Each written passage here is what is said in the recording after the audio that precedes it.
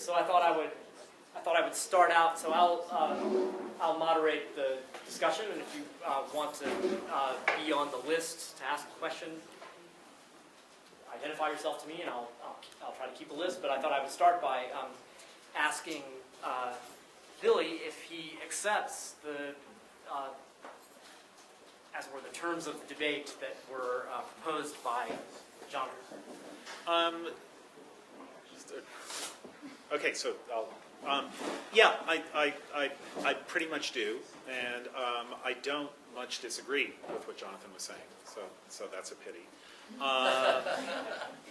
But I do a little bit, and in particular, there is one what appears to be really interesting universal of human behavior. And it's actually something that someone here, Colin Kammerer, talks about in a really wonderful book called Behavioral Game Theory. And behavioral game theory, in a way, is what I'm really interested in, but the evolutionary arguments fit with the behavioral game. I mean, in a way, they have to fit with the behavioral game theory arguments, because they're just about human nature wherever it came from and whatever it is. So there's a really interesting thing which seems to be a universal in human cultures. It's a game called the ultimatum game. And the way the ultimatum game works in its simplest form is that an experimenter, because it's set up as a game, an experimenter takes two people who don't know each other and tells them what she's going to do, and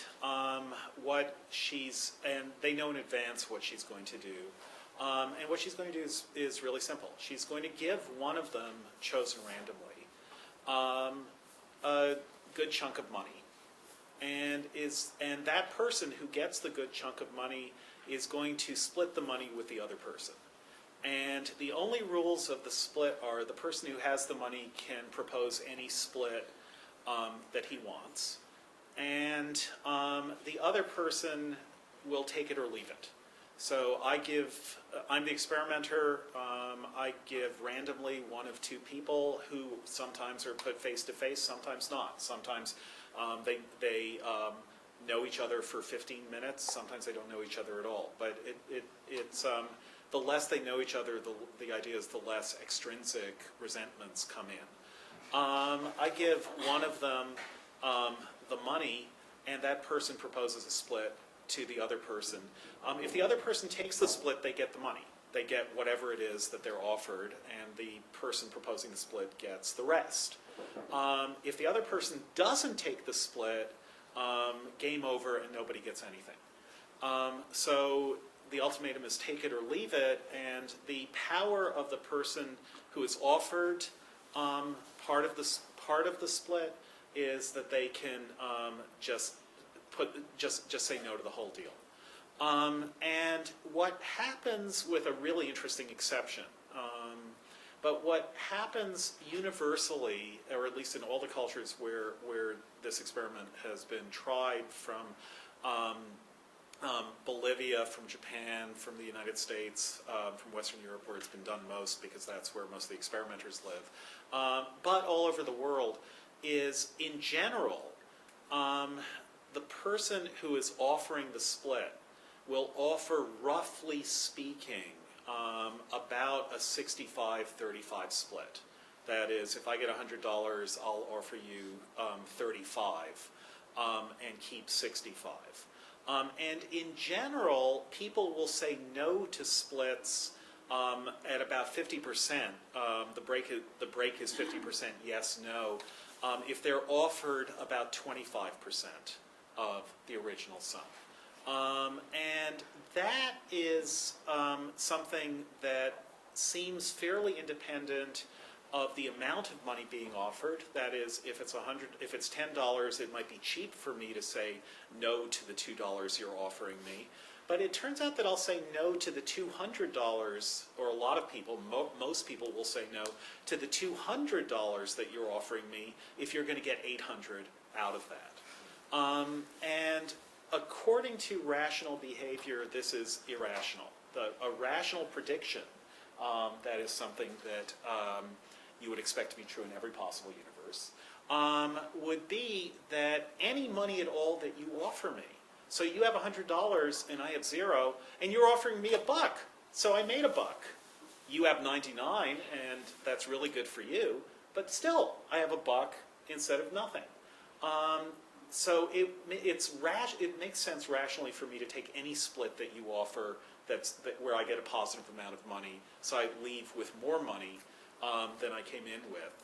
And because you know this, it's rational for you, because you know that it would be rational for me to take the smallest amount of money that you could possibly offer me. It's rational for you to offer me the smallest amount of money that you could possibly offer me. But it seems to be intuitive to people with something like the quickness that language is intuitive to people in Jonathan's comparison. It seems to be intuitive to people that they better offer something like 1/3 of the money, just if they want to be selfish. Just if they want to take money home, they better not push it. They better not push the other person. Even though they'll never see the other person again, they still better not push it. And not only does that seem to be an intuitive thing that most people do, but it also seems to be the case that they're right. That is, that they get right that the other person's resentment at being cheated or at unfair treatment is going to be something that the other person will spitefully, nobly, depends on how you describe it, reject unfair treatment, even though it costs them to reject unfair treatment, and even though it benefits no one for them. They're not helping anyone else by rejecting the unfair treatment. So that willingness to behave in ways counter to your own interests when something unfair is going on, that's something that the ultimatum game seems to show is universally true. And it's also, people have done NMR imagery to look at what parts of the brain light up when this happens. And I use those kinds of studies when they agree with me, and I ignore them when they don't. But this one agrees with me. Classic fMRI research. Yeah. But they seem to go with revenge. The same kind of thing that goes up when you fantasize about revenge lights up when you reject an unfair offer. Can I just respond to 2 points about that? The first is that universality doesn't seem to me proves innateness, or certainly not the kind of innateness that one could say is an adaptation. I mean, that is, you could come up with another account of why everyone has certain rules or certain norms of fairness of distribution that could be entirely learned. That is, it could be that we, in fact, teach people that it's better to share than it is to be selfish. So universality would seem to be one important component of making an argument that there's an innate moral specification for rules of equitable sharing. But it wouldn't seem by itself to be proof of that. You seem to need other things along with that, like speed, but a real regularity of speed and a kind of testable inaccessibility to conscious control. That is, that you are constantly doing this in ways that you don't understand and can't explain. Jonathan Haidt has done some research, not on this fairness stuff, but on disgust norms and things about incest, where for all rational purposes, you never knew the person you grew up with, et cetera, but it still touches something very deep that you can't really, that you don't have any access to. So it seems like that's evidence against rational choice, not necessarily evidence for innate specification. Likewise, I just find that as to the fMRI stuff, when it comes to literature and literary response, it's just so coarse-grained. I mean, it's just showing you that it happened somewhere. Even if, of course, it happened somewhere, and of course, just general differential levels of blood flow in certain parts of the brain and others across the species. Again, that doesn't necessarily mean that it's a product of evolution. It just means that it happens in the same place in most humans. But it could be that that is also because it's something that is learned as a product of narrative rather than something that produces narrative, in other words. So the silent bidding has started. Ken? I want to shift the focus just a little bit because, especially Jonathan, but I think you too, but he's talking about fiction and fables and literary Darwinism. Yeah. But narrative plays a much larger role in human life, it seems to me. Oh, sure. A much more fundamental role in human life than Yeah. in literature. I suspect literary narration is a late-stage cultural something or other. I suspect that's a suspicion. But Laura Carson said in the psychology department studies aging, and I remember having a conversation with her, and when she talked about human beings are the only creatures who represent to themselves Mhm. a lifespan, Right. and also represent where they are in that lifespan Right. at every point during that lifespan, and tell themselves a story Right. about their course through that lifespan. And the stories that human beings tell of themselves and others and relations are normatively laden in just the ways that you were saying. Now,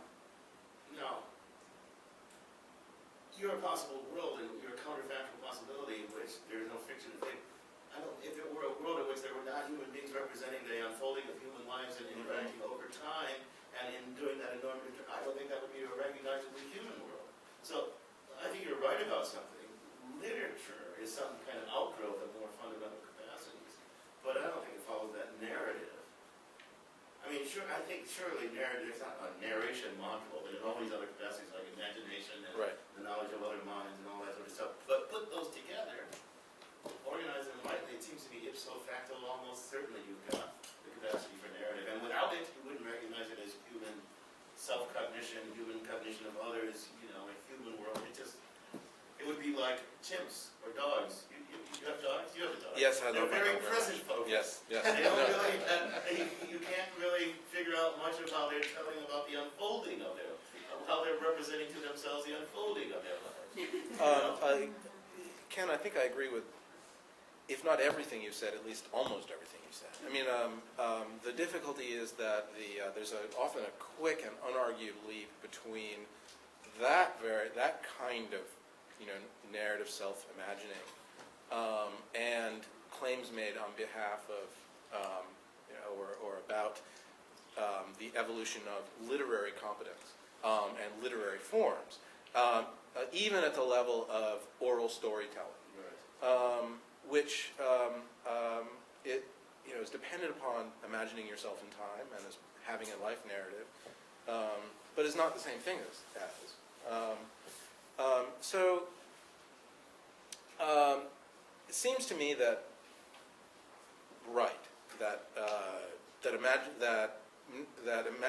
imagining yourself as having a life narrative depends upon other, even more basic levels of human cognition, which probably have an evolutionary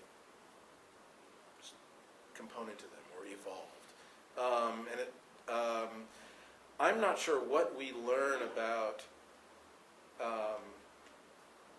the way that we place ourselves in narratives by routing it through a kind of Darwinist story of natural selection.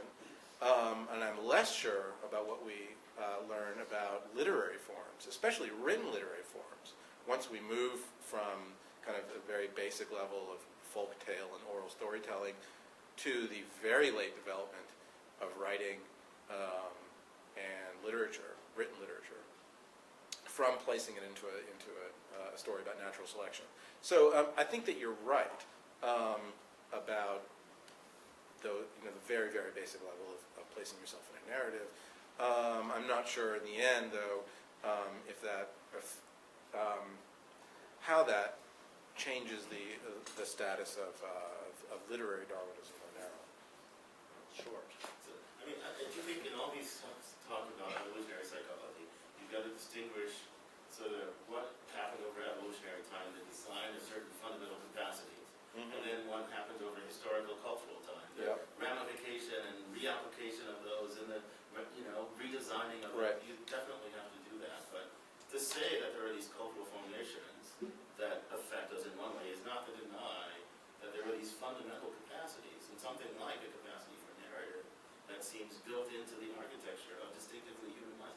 just have to tell fictions about the Pleistocene. Just compare human beings Yeah. and a detailed cognitive architecture of them with all the other animals that are Yeah. out there. No, I think that's exactly right. Although I think that in the end,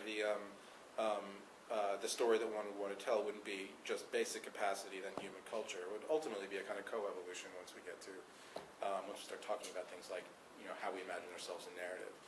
I'll stop there. Can I just say a quick thing? Sure.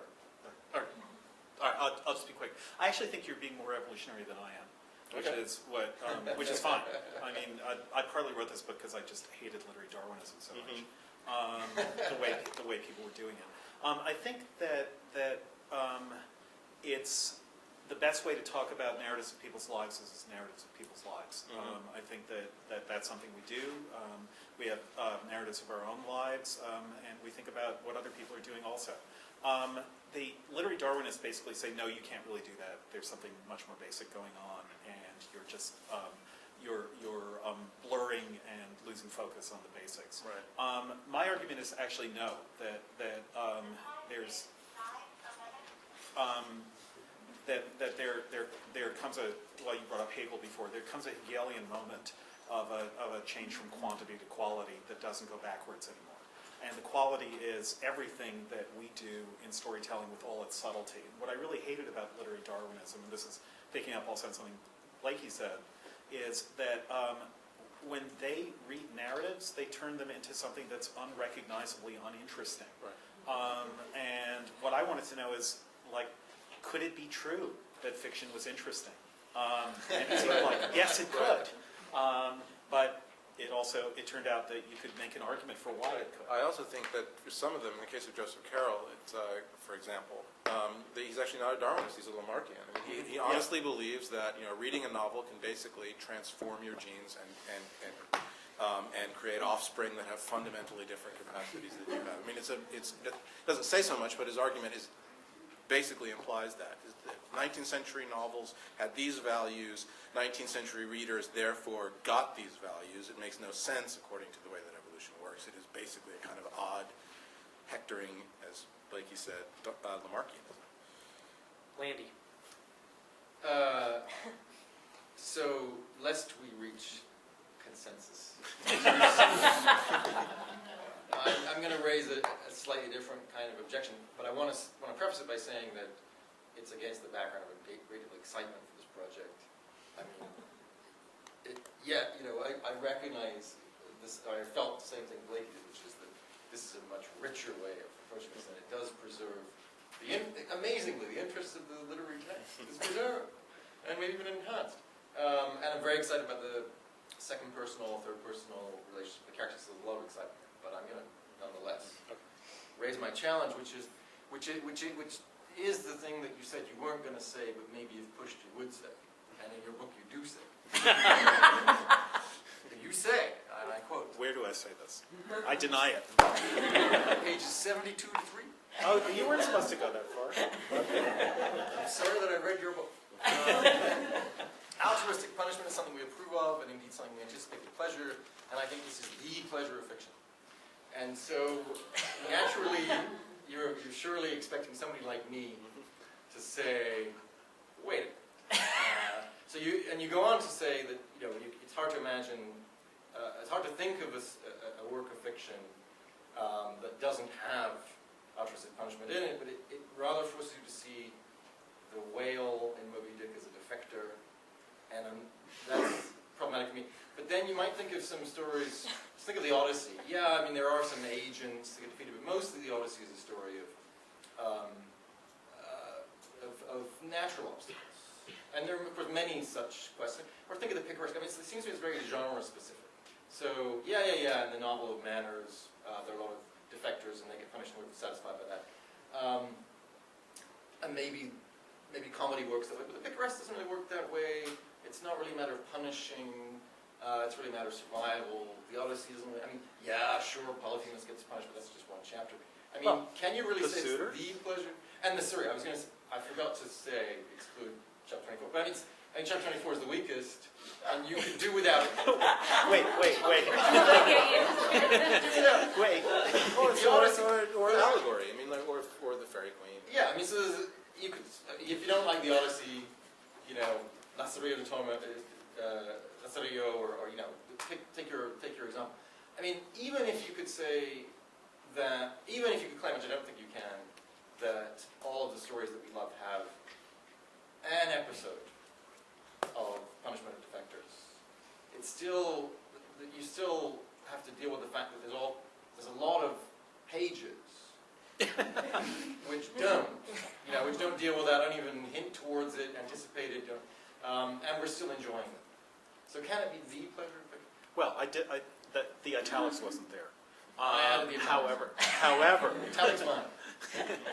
however, no. What one really important principle is that the functional characters, or whatever you want to call them, in narrative theory, don't necessarily sort out with characters in stories. Ahab is interesting because he is an altruistic punisher. It doesn't mean that the whale is a defector. It's probably the case that the whale is interesting also to the extent that we think of it as an altruistic punisher. And that what you have here is a clash of, in Moby Dick, what we're invited to be torn by is a clash of principle. The inscrutability of the whale makes the possible projection of motives something that we're tempted to do. But also, where I think gets interesting is when we can see that a character is, or suspect that a character is misprojecting motive, which is a way that altruistic punishment goes wrong. So the idea of altruistic punishment allows for what I think is a very subtle and complex dynamic in interactions among characters. If you take, someone like Don Quixote, since you brought up the picaresque, that's my go-to picaresque. I'm sorry, but nevertheless, he certainly wants to be an altruistic punisher, He's a knight errant. He's not a picaresque. Okay. There's way past page 74. There's a little coda where I try to talk about why I like Maurice Blanchot so much, because that's not what you get in Maurice Blanchot. You're an old theory head. Sorry? You are an old theory No. head. What I like in Maurice Blanchot's fiction, which is among the fiction that I like best in the world. Sorry? Blanchot. Or in Proust. And so it's not that, but those pleasures which occur in fiction when just as fictional worlds are not necessarily, although I think they're on the same spectrum, but they're not necessarily the pleasures of seeing defectors confuted or not confuted. But the more general point, though, is that I was thinking about To Build a Fire, the Jack London story To Build a Fire, where which at first I was thinking, but wait a second, how do we feel about the fire in that story? How do we feel about the cold in that story, which is partly anthropomorphized and partly not, because it's a competition between the man and the cold. And so who's the punisher, who's being punished? Was there any way to make this story work with my machine? The answer, unsurprisingly, is why, yes. It's partly that we don't know whether we're rooting for the man or not. The question is who's going to be the bigger trickster. You bring in Odysseus, who's the first epithet used about him is that he's the trickster. The many wild Odysseus. Tricksters are good at just the kind of skills that we want, not in defectors, which is when they do the wrong thing, but in those who don't allow defectors to get away with things. Whether it's the trickster who's being defected upon or someone else who's being defected upon. Part then that happens if you see the trickster as a potential altruistic punisher, then an interesting drama that you can get in a story is to decide who is the trickster and who do we want the trickster to be. There can be a true trickster and a false trickster. And To Build a Fire The man tries to be the trickster, but the cold is the real trickster there. And why is that okay? Well, in a way, because the innocent in that story is the dog, since we're talking about dogs. And the man's desire to save his life by killing the dog, I mean, that's just a kind of brilliant bit of craft on London's part, is that his desire to save his life by killing the dog is what finally kind of decides us towards the appropriateness of a narrative of his punishment. It doesn't mean that we're happy that he dies, but happiness and appropriateness aren't necessarily the same thing. Okay. So I'll stop. With apologies, the Yeah. chair jumps the cue. Because it's right on this point. Look, in a lot of cases, we love the trickster who's getting away with it and not getting altruistic punishment. So here's a whole genre. The story of the long con. Sure. Let's take The Usual Suspects as the example, because that's my favorite example, and because the guy who gets away with it is the devil. There's nothing redeemable about him. Right. He gets away with the it, devil? and we love it. No, Yes. it seems to me that Only in 7. that there are How do you shoot the devil in the back, Agent Kuya? there are many narratives, especially in TV and film, that actually ask you to root for people doing bad things. And it seems to me that if there is a kind of universal altruistic punishment mechanism, it simply gets overridden by other factors of psychology, namely the fact that we know that certain people presented in a certain way are charismatic. Written about in a certain way by skilled writers actually seem to be interesting to watch and have all sorts of other appeals to us, erotic and otherwise. So we root for them, and writers know how to do that very well.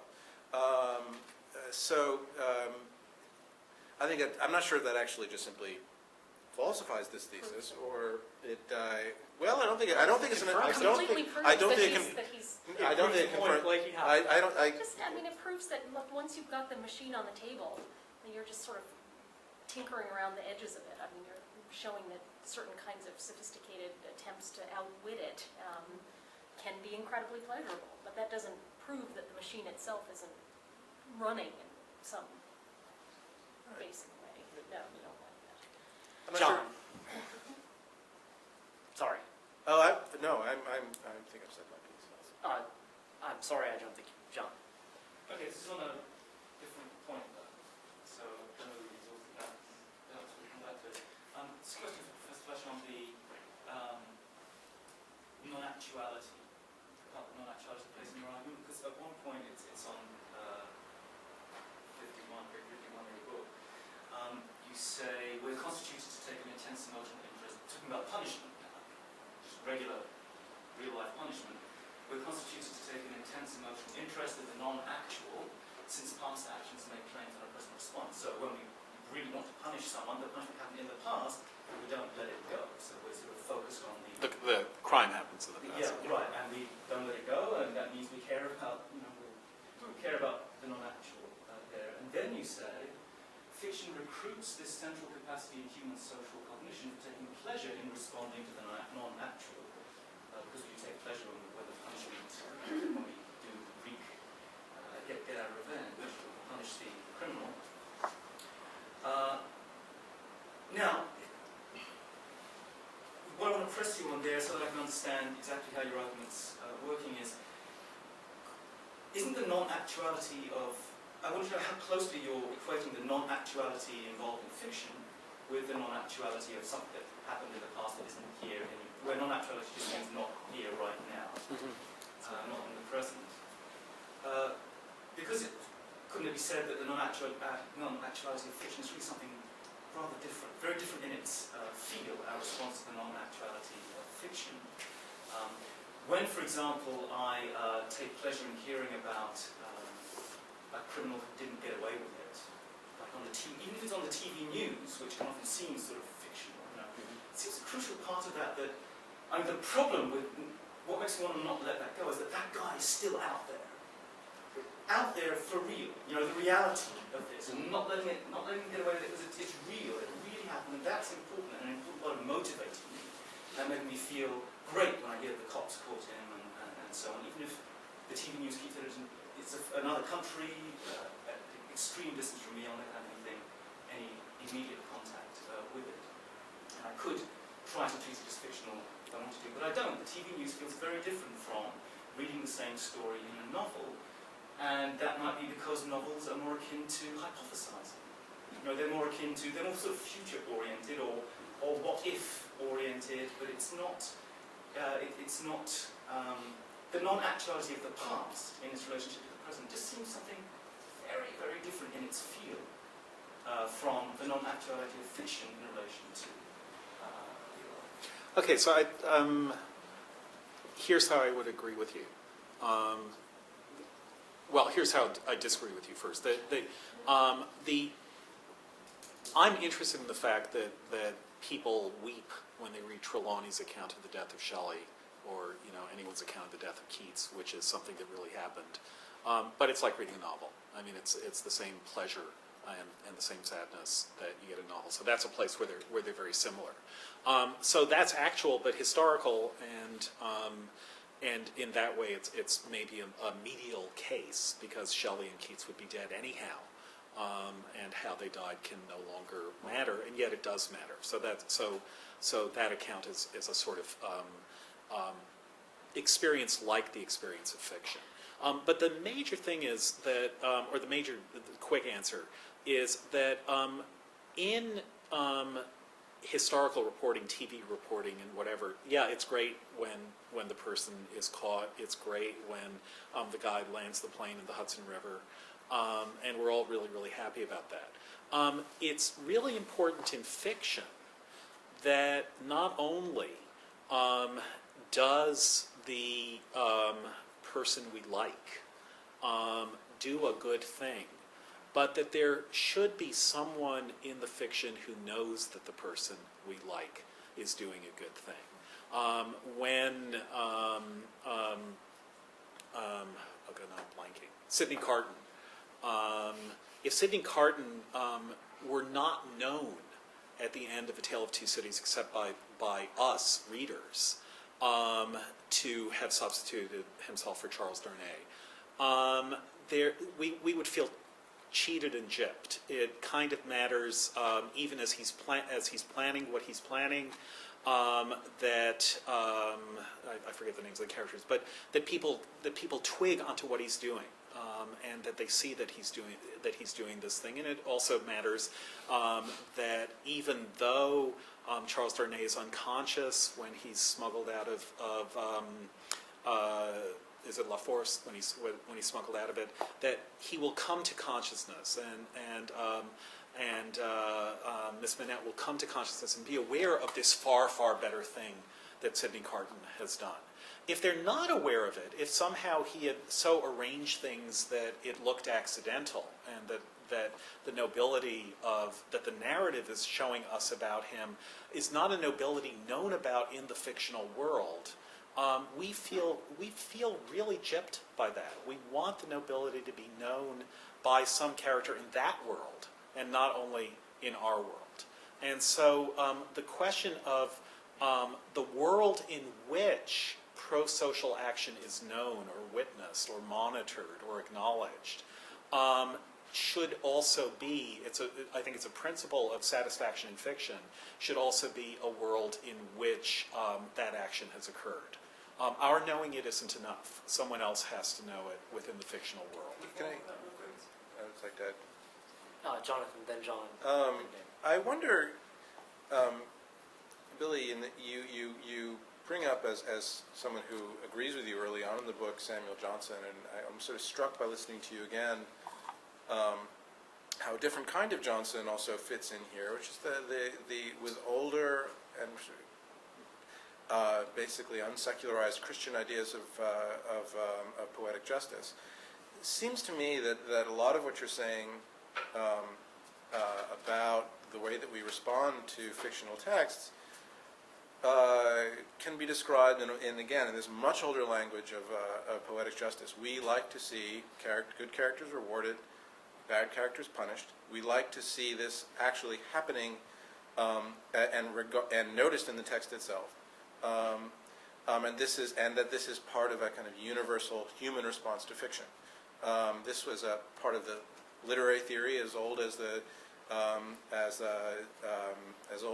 formalized and as old as the 16th century, and older still in antiquity.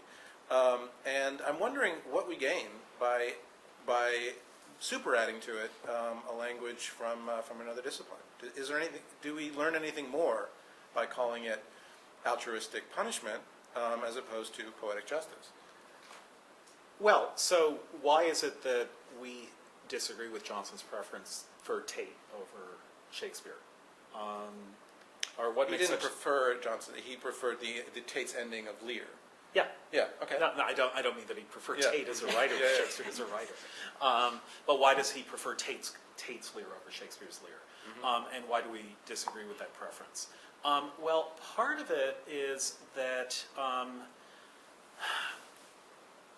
I guess I'd put it this way: that one thing we gain, but I do think that the proof is in the details, and that's what I'm hoping.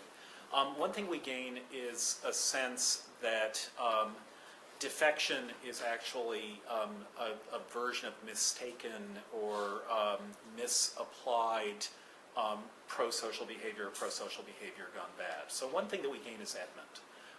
Tate's Edmund is a low-rent version of Richard III. And he's simply evil, and it would just be great if he died and if Cordelia and Edgar got married, which is what they do at the end of Tate's Lear.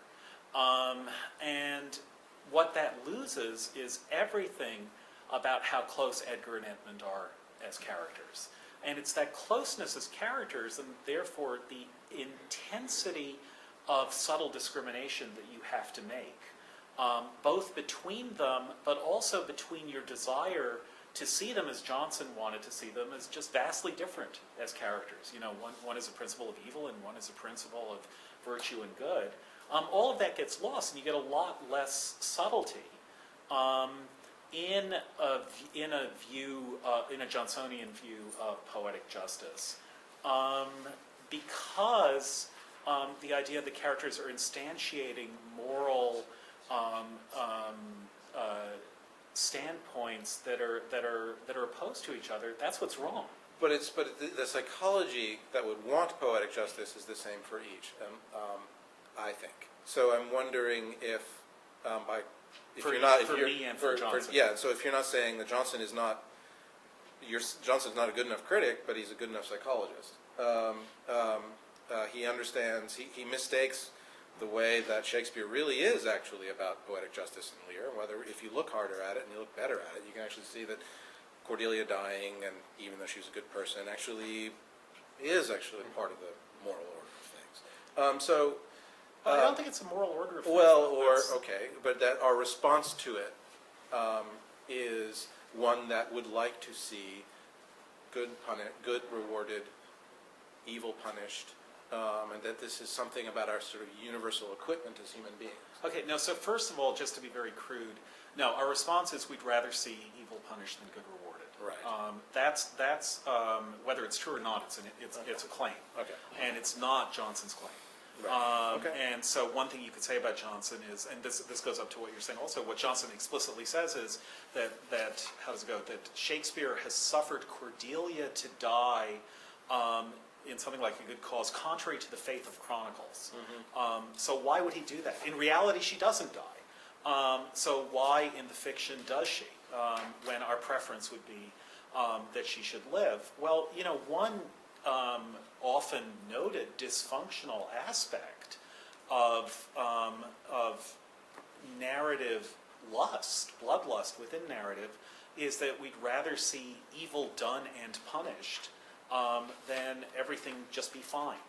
And that is, you know, very arguably, I mean, I would argue that is actually a pro-social, in my terms, disposition on our part, but it leads to cases that are often called sadism. That is, that our interest in narrative is a sadistic interest, that we actually want to see, or pornographic, that we actually want to see some innocent character hurt badly, and then we allow ourselves to live with ourselves for wanting to see that, because at least the person who hurt them is punished, and that's not me. That's an old claim. But what the crude claim of the people that I'm interested in actually is that altruistic punishment is so important and so powerful and so charismatic an action that it's going to work better in narrative if it occurs. And so to the extent that you arrange the narrative to make altruistic punishment seem condign, that narrative will be of very great interest to people. If Cordelia lives, then the punishment is not so condign and the altruistic punishment part isn't so good. So it's not that there's a moral order of things and we want all things to be for the best. When we read narrative, we don't want things to be for the best. We want the jeopardy. We want things to go wrong. And that's actually a preference that we have. That's a revealed preference that we have, and a fascinating one. So quickly, John.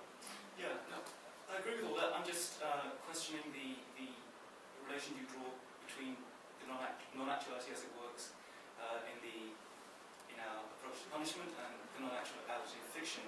And I just wanted to point out that the point you draw about there has to be recognition of what's happening within the fiction seems to be like the point you made in chapter 2 about how when it comes to fiction, it's not enough to just advertise what went wrong, as is okay, that's enough in real life to expose the wrongdoing, gives us satisfaction. That's never enough in a fictional story. Why not? They seem to be the same kind of thing. Why not? Because it seems to me that the reason is that I feel like when it happens in the real world, it's my world. It's part of my world. The TV news, for example, I don't see anyone in there appreciating what went wrong in the newscast, because I'm sitting in my couch at home appreciating what went wrong. This is part of my world. The Talbot story, the Shelley's death, Talbot, same thing. Talbot wanting to, we are so happy he's dead, but now we're giving him posthumous congratulation. We feel so great for him. It's important that he was real, because we are then joining, he's part of our world, and it's like, we're one big happy family. We don't feel that way about fictional characters. There seems to be a big difference there in the kind of non-actuality. But I agree entirely with the sort of the importance of altruistic punishment within fiction. I'd just like to know how it got in there.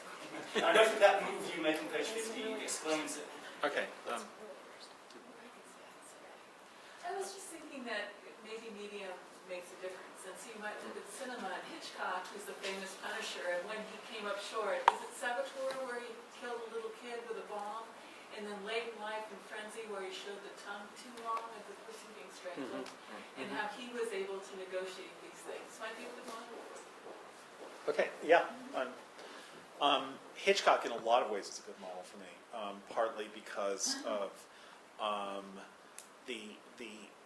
how well he handles bystanders who are always mistaking the situation and always mistaking the hero and the villain, and the sheer frustration that the audience has in that trick of his.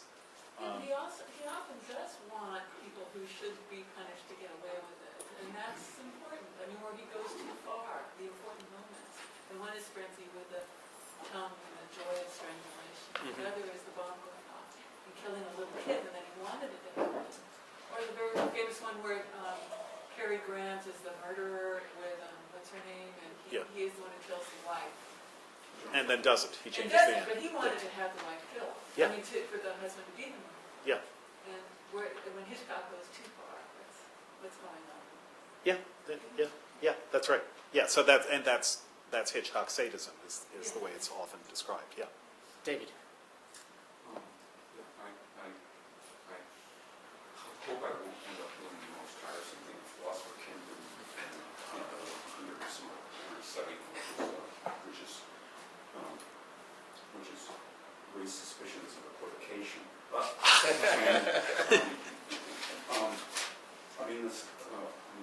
really some fascinating stuff here about the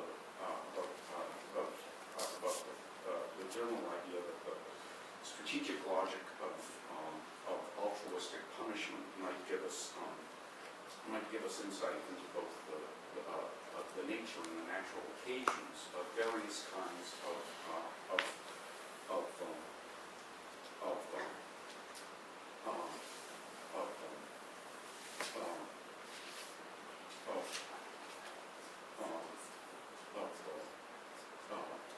feeling things on behalf of others when the others are, as it were, nothing special to us. But when it comes to supposing that pattern without important supplementation tells us something about, as it were, why we take satisfaction in narratives at all. I mean, I start remembering if you're jumping between two understandings of Hamlet's question, I mean, what's Hecuba to him or he to Hecuba. One puzzle is over how our emotions can get engaged in behalf, as it were, of a really present, real person who's nothing to us if we've got a kind of default egoistic moral psychology and don't take seriously enough the irreducibility of feeling things on behalf of specific present actual others. And there's another puzzle, equally present in Hamlet's words, but I think calling for very different materials, having to do with how these emotions or emotions with a similar dynamic or imaginative shadows of those emotions can be readily elicited when there's either no actual other on behalf of whom to feel things at all, or the other, like Hecuba, supposing Hecuba is historically actual, is such an historical distance from us that there are no appropriate on the scene targets for these emotions. And is there a story you didn't have time to tell in the sketch about how to get from one take on the question to the other? I think that's beautifully put. Yeah, the answer is probably. And it's actually a story that I don't like that much. But so let me just hedge it by saying what I'm really interested in is the capacity for vicarious experience as something irreducible. And I think that the question whether the figure or being that you have that vicarious experience about is real or not, I don't think that I finessed it, but I think that I can see why it would look close to finessing it. So the quick answer to that would be a real person's reputation, like the player who is doing the Hecuba speech, will often depend on what we know or hear about or have narrated about that real person with respect to people that we have no firsthand acquaintance of. And that the fact that Hecuba is fictional is a difference in degree rather than a difference in kind. I mean, you even said even if she's, whether she's historical or not, but that what Hamlet is interested in the player, and I'm actually thinking whether I want to go down a road, which I think maybe I won't. What Hamlet is interested in the player is his capacity for intense imaginative empathy, let's use the word, for someone who is simply not there, whereas Hamlet seems unable to summon up empathy for someone who is much more there, but still not necessarily a real being, namely the ghost, or namely his father, and whatever the relation of the ghost is to his father. Because what that immediately leads into is that may not be my father. But so Hamlet is drawing the very contrast you are. He's saying, here's my father, and I can't summon up the same outrage on behalf of him as this player can for a dream of fiction. Oh, yeah, he needs this equivocation for his purposes. Yeah. Yeah. but the player is the person whose outrage is mediating that. That is, the player is a real person for Hamlet. And here's a real person who is admirable in some ways, and yet what he's admirable about is going wrong because he's admirable in outrage on behalf of someone who doesn't exist. So here again you have an example of a kind of admirable responsiveness, which is the responsiveness of outrage on behalf of a violated innocent being. Hamlet is ambivalent about the player's admirable responsiveness because the response is good, but the occasion of the response is not good. And that then turns into Hamlet's anger at himself. Maybe the larger question, though, is, I guess I really do want to put it in terms of, or one way to put it is in terms of not satisfaction, which in a way I think is a reward that fiction offers, but absorption. That is the experience as you're going through it rather than the experience when it's over. When it's over, you judge the whole thing and you decide, in a way, was it worth going through it for this? Was it worth going through it if Cordelia is going to die at the end? But the actual experience of absorption and of emotional suspense and anxiety, that experience, to me, seems to come from this idea of irreducible vicariousness.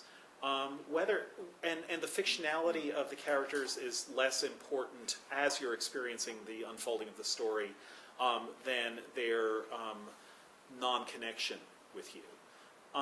So the question is why irreducible vicarious interest in someone not connected with you? I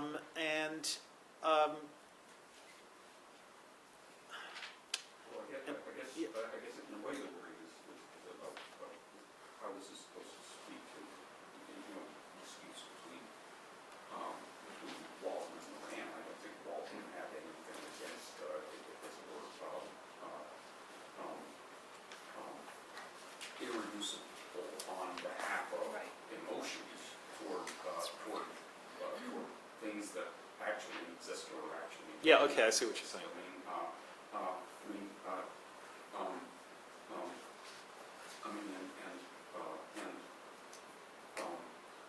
And his puzzle was how, as it were, to get some counterpart of the interplay of emotions we can have, admittedly, with regard to objects who are nothing special to us,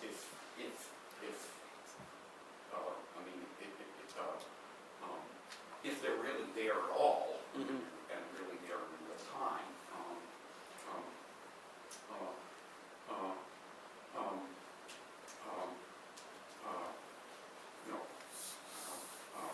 How those things are counterparts of them can get up and running when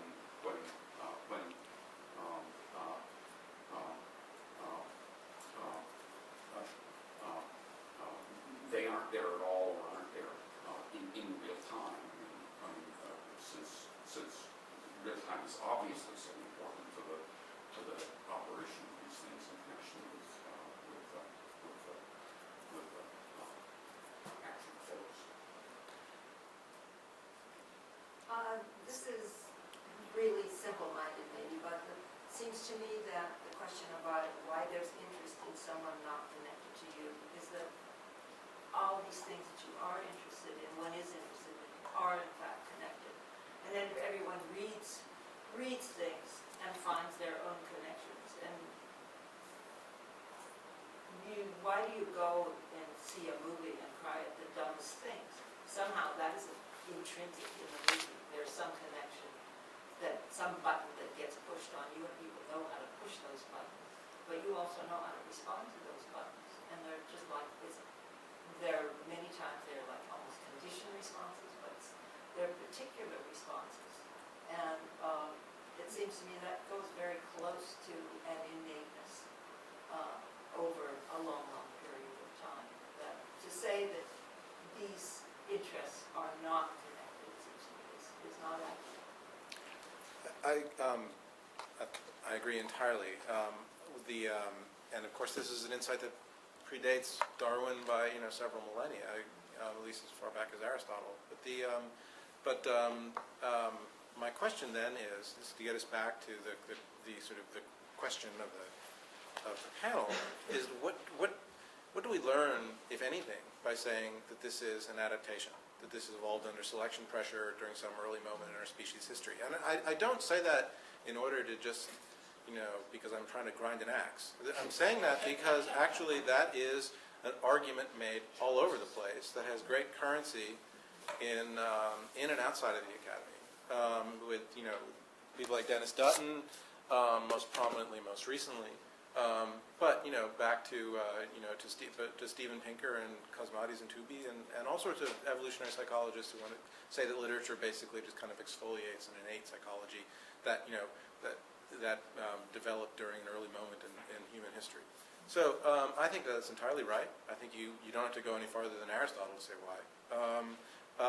And I think it's entirely plausible and probably true that there's an evolutionary reason for that. But I don't think that actually tells us anything. There's an evolutionary reason why human bodies are put together the way they are, but that tells me nothing about the way that people play baseball, other than the fact that had human bodies developed in the way that they did in a different way, baseball would be different, and that you can't have baseball without biology. But I learned nothing more about baseball by learning about the evolution of the human body than I would by simply knowing a lot about baseball. I actually think that the same thing can be said about most forms of fiction as well. That is, I don't think we learn anything new about why we cry when we watch a movie because of the entirely hypothetical lifestyles and habits of some made-up group of Pleistocene hunter-gatherers a long, long time ago. And I'm not really making this stuff up. I mean, that's basically the argument.